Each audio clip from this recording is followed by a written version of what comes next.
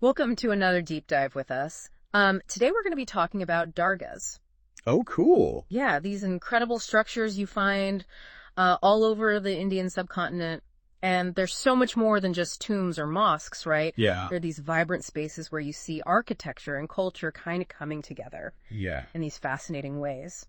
And it really goes deep into what makes these dargahs so unique. Okay. And it even takes us on this sort of virtual tour of one really important example. Okay. The Dargah Sharif in Ajmer, India. Have you ever gotten to see that one in person? I have not, no. Okay. Yeah. I've seen pictures, but that's one that I haven't made it to yet. Yeah. Yeah. Well, maybe after this deep dive, we'll both have to take a trip. I would love that. Yeah, this paper is a great resource for understanding not just the physical structures, but also the spiritual significance. Right. And how they've evolved over time. Yeah. I mean, it's really interesting. Okay. So before we kind of get into all the details, I think let's start with the basics. Sure.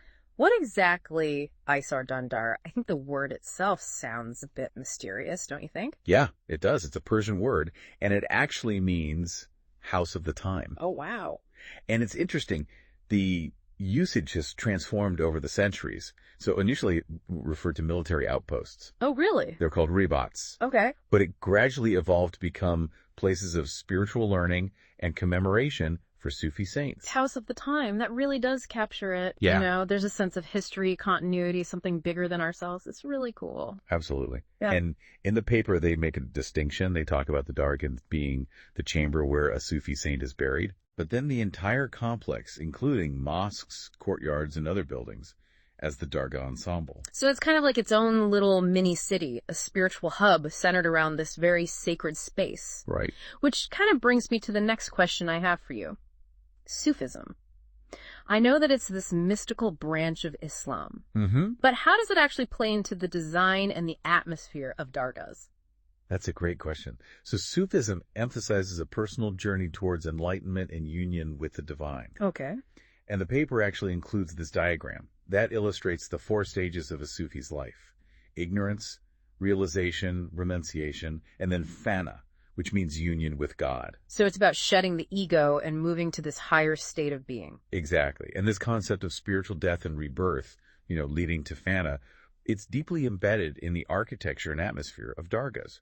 So they aren't just places of mourning, but they're very vibrant spaces where death is seen as this celebratory transition to a higher realm. Wow. That is such a beautiful way to think about it. It is, yeah. It really changes the perception of what these spaces represent. Yeah. Okay. So how did these unique structures come to be? Sure. Did they just appear out of nowhere fully formed? No. Or was there like an architectural evolution that took place? Yeah, there definitely was this evolution. And the paper kind of traces this development. Yeah. So they start as these small rooms attached to mosques. Okay. And they're called zawayas. Okay. Which were used for teaching, to larger, more elaborate complexes, accommodating growing numbers of followers. So it's a testament to just the growing popularity of Sufism. Yes, exactly.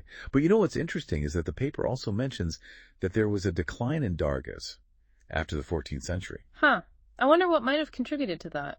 That is a complex question. And I don't know if the paper goes as deeply into all the reasons why. It could have been political shifts, changing social dynamics, or even evolving religious practices. Right. Makes sense. But despite this decline, a lot of the dargahs continue to flourish and be important sites today. Yeah, they really are special. Okay, I want to talk about something that really caught my eye in the paper. This cube shape. I noticed that it's like this recurring motif in a lot of Indian dargahs. Yeah. Is there any significance to that? Like, why the cube? Yeah, well, it's definitely not a coincidence. Right. So while octagonal tombs, which are kind of inspired by the Dome of the Rock in Jerusalem, are very common in other parts of the Islamic world. Okay. In India, you've got the cube. And the paper suggests that it could be a connection to the Hindu concept of the Vastu Purush mandala. Okay. Which is this 9-fold plan that's used in traditional Indian architecture. So we're seeing right from the basic shape, this blending of Hindu and Islamic traditions already. Exactly. Yeah. And we see this in a lot of important structures. Iltutmish's tomb, the tomb of Ghazouddin Tukluk, and even Akbar's tomb at Sikandra. But the cube shape also holds meaning within Islam itself. Oh, really? How so? But if you think about the Kaaba in Mecca, the holiest site in Islam, that's also a cube. Oh, yeah, that's right. So Indian dargahs echoing that shape could be drawing this symbolic connection to the heart of the Islamic faith. Wow. So it's not just aesthetic. It's this really profound connection. Exactly, yeah. And it's really interesting. Balol Lodi and Akbar, they both had strong connections to important dargahs, and they both built square tombs for themselves. Oh, wow. Which kind of suggests that there was this deep respect for the Sufi tradition, even among these rulers. It is interesting how these different things all tie together. We're seeing these connections between architecture, power, religious beliefs. It's really fascinating. It is, yeah. To really understand this connection, I think we need to look at a specific example. Yeah. So are you ready to take a virtual walk through the Dargah Sharif in Ajmer? Yeah, let's do it. I want to be transported. Okay. So imagine you're approaching this complex, and the first thing you encounter is this massive gate called the Bulan Darwaza, built in 1469 AD. Okay. And it's meant to make you feel small, insignificant even, just to evoke this sense of humility before entering the sacred space. That's like a physical reminder to surrender the ego. Exactly. Right? But once you pass through the gate, it gets even more interesting. So instead of a clear path to the tomb, you're actually met with a sense of disorientation. The entrance is hidden. It's obscured from view.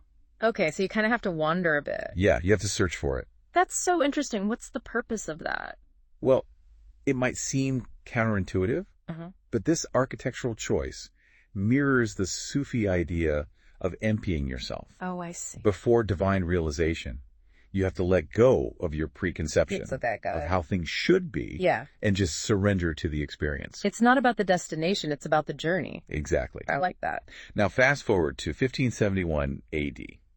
Akbar, he adds a mosque right at the foot of the Bulan Darwaza. And this creates this visual polarity. Okay. And it gives the visitor a choice in their movement. So now you have this pull towards the tomb, but then the mosque is right there. Exactly. It kind of adds a layer of complexity, maybe reflecting the multifaceted nature of faith itself. And in all of this, there's another key addition, the Langar Khana. It's the communal kitchen. Oh, yeah. And it acts as this anchor point, offering nourishment and grounding within the complex. It's this beacon of hospitality. It welcomes everyone, no matter your background or beliefs. That's a really beautiful way to put it. So then in 1638 AD, the Shahjahani Gate and Mosque were added. Right. And they kind of created a more defined path, this circumambulation around the tomb, right? Yes, exactly. Aligning with Islamic practices. So we're seeing like a gradual shift in the architecture towards a more distinctly Islamic organization. You could say that. Yeah. But, dargahs are never simple. Right. They contain these layers of meaning, and their architectural position is always evolving. It's this beautiful tension between the sacred and the commemorative. Exactly. Hindu-Islamic. You can't categorize it. Exactly, and that's what makes them so fascinating. And we'll dive deeper into those complexities in part 2 of our deep dive. That virtual walk through the Dargah Sharif was incredible. I can almost feel like the weight of history and the spiritual energy just from your description. It's really powerful, isn't it? Yeah, it really brings to life how architecture can shape the visitor's experience. Totally. And that's what the paper calls the sacred commemorative nature of dargahs. They're not just tombs or mosques, but they occupy this unique space that blends commemoration with this vibrant, ongoing spiritual practice. I love that term, sacred commemorative. It captures this duality, rooted in the past, but still alive in the present. Absolutely. And the paper really pushes back against just calling them tomb mosques, right? It does. Labeling them as such ignores the richness of these sites. They're not static monuments. They're places of pilgrimage, devotion, celebration. Even centuries after the saint's death, it's still a dynamic center of life. Yeah, it reminds us that architecture is about shaping experiences. Creating spaces that reflect beliefs and practices. We were talking about the fusion of Hindu and Islamic influences in the cube shape earlier. Right. Are there any other examples of this architectural blending that we see? Yeah, one of the most interesting things the paper talks about is the dargahs might have undergone a process of Islamization over time. Oh, Islamization. So you're saying architectural additions and modifications to bring them more in line with traditional Islamic aesthetics? Like maybe the Dargah Sharif evolved from something less overtly Islamic to something incorporating those elements more explicitly. Got it. The paper points to the absence of certain key Islamic features in the early Dargah Sharif as a possible clue to its origins.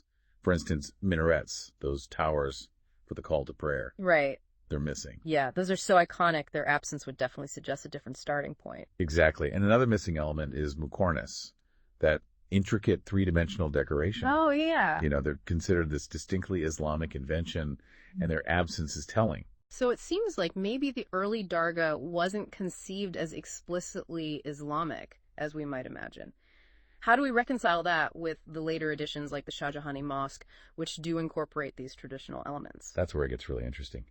It's this tension between the evolution of the structure and the continuation of practices that fall outside of Orthodox Islam. What kind of practices are we talking about? What was happening there that might not have been found in a more traditional mosque? Well, think about the use of flowers, incense, and music in Sufi rituals.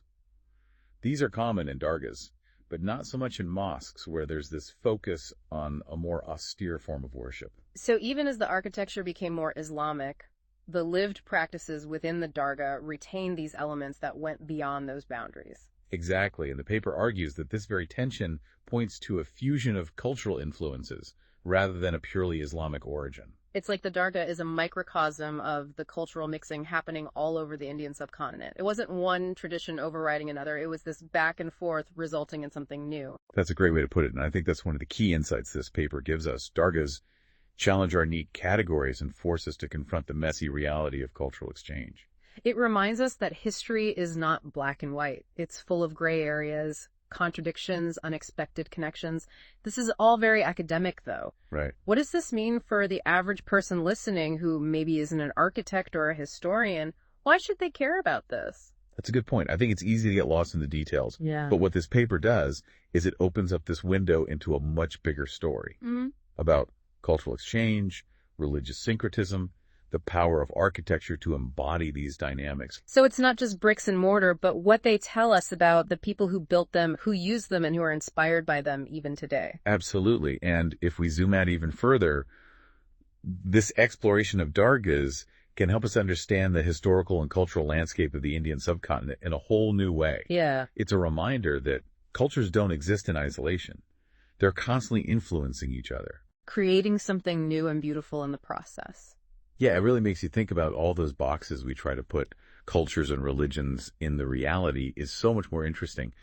Are there any other specific architectural elements besides the cube where we see this blending of Islamic and Hindu traditions? Oh, yeah, for sure. Take jollies, for example. These intricately carved stone screens, you see them in both Islamic and Hindu architecture. Oh, yeah. But they have this unique significance in dargahs. Okay. How so? Well, in mosques, jollies often serve to, separate men and women or to provide privacy. Okay. But in dargahs, they're more symbolic. Okay. Like they can represent the veil between the physical and the spiritual worlds, or the idea of filtering out distractions to reach spiritual clarity. So the same element can hold different meanings depending on the context. Exactly. And this interplay between form and function, between these different cultural influences, that's what makes studying dargah architecture so fascinating. Yeah, there's so much to uncover. Right. The paper really just scratches the surface. It really does. Okay, well, I want to bring it back around to our listener.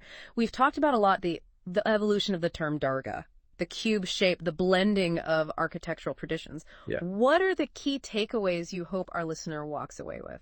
I think the biggest one is that dargahs are so much more than just tombs or mosques.